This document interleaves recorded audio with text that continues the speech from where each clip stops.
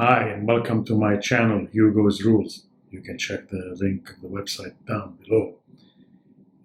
This video actually is going to be talking about why your dysfunctional, narcissistic, or toxic relationship partner actually loves you. Yes, I know this is a controversial, but they actually love you. Yes, maybe not. You're not going to see that on the physical in terms of the day to day, and your experiences are not loving, and it's not happy. It's toxic, dysfunctional. You have a lot of issues, a lot of heartaches, a lot of headaches. You name it. Being in these kind of relationships is not easy. But the bottom line, I mean, if we want to go a little bit deeper here and explain why actually these relationships, the partners you have in these relationships, actually love you. And we're going to imagine here, let's imagine, let's have a story here, and let's imagine two people in love. They love each other so much. They will do anything for each other. They really have their best interest for each other's growth, for each other's well-being. They're happy they want to see each their partners evolve and grow and be more full and more fulfilled. And so one day they sit down together, and they start talking about each other. And they say, you know what, yes, I have, they start comparing their strengths and weaknesses and their own personalities. And so they talk to each other, and one of them would say, you know what, I have these fine qualities. I have maybe talents. I have other stuff that I have, like in terms of qualities in my being. However, there are some issues, some stuff I'm still struggling with. And so the other partner would say, okay, well, what are you struggling with? Well, you see, I have this problem with not able to stand up for myself. I cannot express myself. I cannot put boundaries. I feel like I'm easily manipulated. I feel like I'm not strong enough to be myself. I'm fearful. I'm fearful of being abandoned or left alone. And so the other partner would say, well, yeah, of course, sure. I mean, these things you have to really, you have to work on them. You have to really develop these attributes in your persona, in your life. And so, yeah, mentally, I mean, yes, there's a list of things that you have to work on. And so, but how do we go about learning to stand up for yourself? Like, so you say, okay, how do we go about learning? Yes, I know, I read it in a book, I read it in somewhere, it's recommended. I have to stand up for myself. So how do I learn to stand up for myself? How do I learn to express myself? How do I learn to put boundaries? How can I learn to say no? If something doesn't feel good, I want to be able to say no without fearing consequences, without fearing abandonment, attachment, all that. So how do you go about learn these things? And so those two loving partners, they say, you know what? Why don't we play a game? We play a game whereby we pretend that we are romantic partners, and we pretend that we have a life.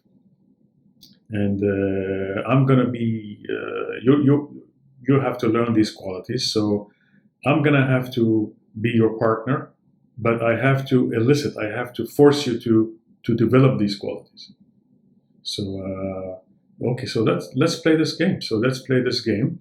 Let's pretend. Let's play that you are let's say the partner that needs to develop these qualities, and I'm gonna come in and I'm gonna force you, I'm gonna push you, I'm gonna put a lot of pressure on you to let you develop these qualities.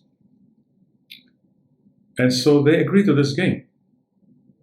However, so they want to play this role, they want to play this game. However, to make this game and this role really more realistic and more convincing, I mean, they know each other very well. So, I mean, obviously, one cannot pretend, you can act, but you can tell that, they're acting.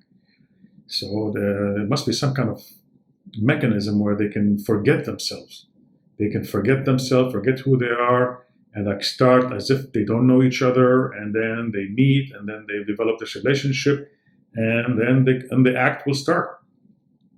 And so that's what happens. So this is exactly what they do, what happens.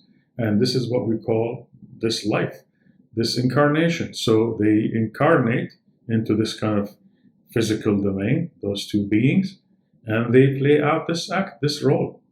One is going to be the badass, one going to be pushing the other partner, and one going to really push them hard, because how else will they learn? They want to feel, the other partner needs to feel that they can stand up for themselves.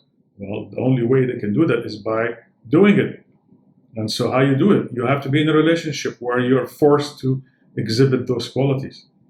And so that's why the narcissistic, dysfunctional, what do you want to call toxic relationship, the toxic or the narcissistic partner is actually loving you. They're pushing you to be yourself.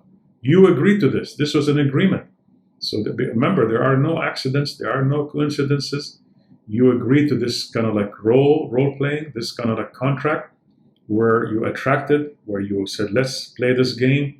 And the narcissistic, dysfunctional partner, they came and they pushed every button in you to wake you up, to make you, to stand up, because this is what you wanted. See, they love you so much that actually they're helping you to grow. So these dysfunctional, toxic relationships, actually your partners, they love you so much that actually they're doing these things for you. I know it sounds crazy, it sounds like unrealistic. How come? I hurt so much, they hurt me. Yes, because this is something that you actually asked for. You ask for this so that you grow, so that you can stand up.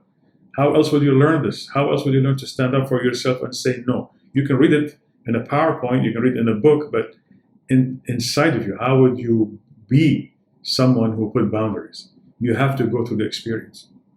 And so your toxic, narcissistic partner actually love you so much that they are pushing you to, hey, wake up. And notice that whenever you start to acquiesce and you don't stand up for yourself, and they become more mean, this is not, you're not learning the lesson. Hey, wake up. I'm going to be more mean. I'm going to be more toxic. I'm going to be more narcissistic. I'm going to act crazy because you're not getting it. But as soon as you start standing up for yourself, then they're going to start actually testing you. Oh, are you sure you want to stand up for yourself now? Well, let me test you. Let me put more pressure. Let me be more toxic. You sure? If you renege, you start weak again. Oh, you see, you haven't learned the lesson. Oh, let me then be more hard on you. I'm going to be harder and harder and harder until you wake up. And if you don't wake up in this kind of like exercise and this kind of like lifetime, then maybe we have to do it again because you haven't learned it. So if you're in this kind of narcissistic, toxic, dysfunctional relationship, understand well that nothing comes to you by accident. There are no chances, there are no coincidences. You ask for this experience, and you ask it for your own growth, for your own health, for your own well-being, to become more grown up spiritually, emotionally. And you ask for this. And notice that when you start being yourself, when you stand up for yourself, when you become, when you set boundaries, when you express yourself, the relationship ends, or they leave. They leave you. All right, you learned your lesson. Okay, I'm out of here. I did my role. So understand that these toxic relationships, your partners, actually, they love you so much that they agreed to your request to come into your life and play this role to help you grow, to help you put boundaries, stand up for yourself, be yourself, start choosing to be your own person. Start having your own values, love yourself. And so that's why these relationships come to you in the form that they do. Yes, they're hurtful, but that's the whole purpose, because otherwise, how would you learn these values, these attributes? So you're loving, your narcissistic, dysfunctional, toxic partner, actually, on the spiritual level, they love you so much that they agreed to do this role for you. So this is kind of like a small kind of introduction to part of what we call about the Hugo's rules. You can check them down on the link below. But I hope that this kind of like little video kind of highlight why your toxic relationship partner actually they love you on the spiritual level. On the physical level, yeah, they're gonna be the most badass persons that you ever met in your life, but that's on purpose. So I hope that you like this kind of like a video, and I'm gonna be posting more and more about this. And if you have any questions, comments, please like and share. And till the next video. Okay, bye for now.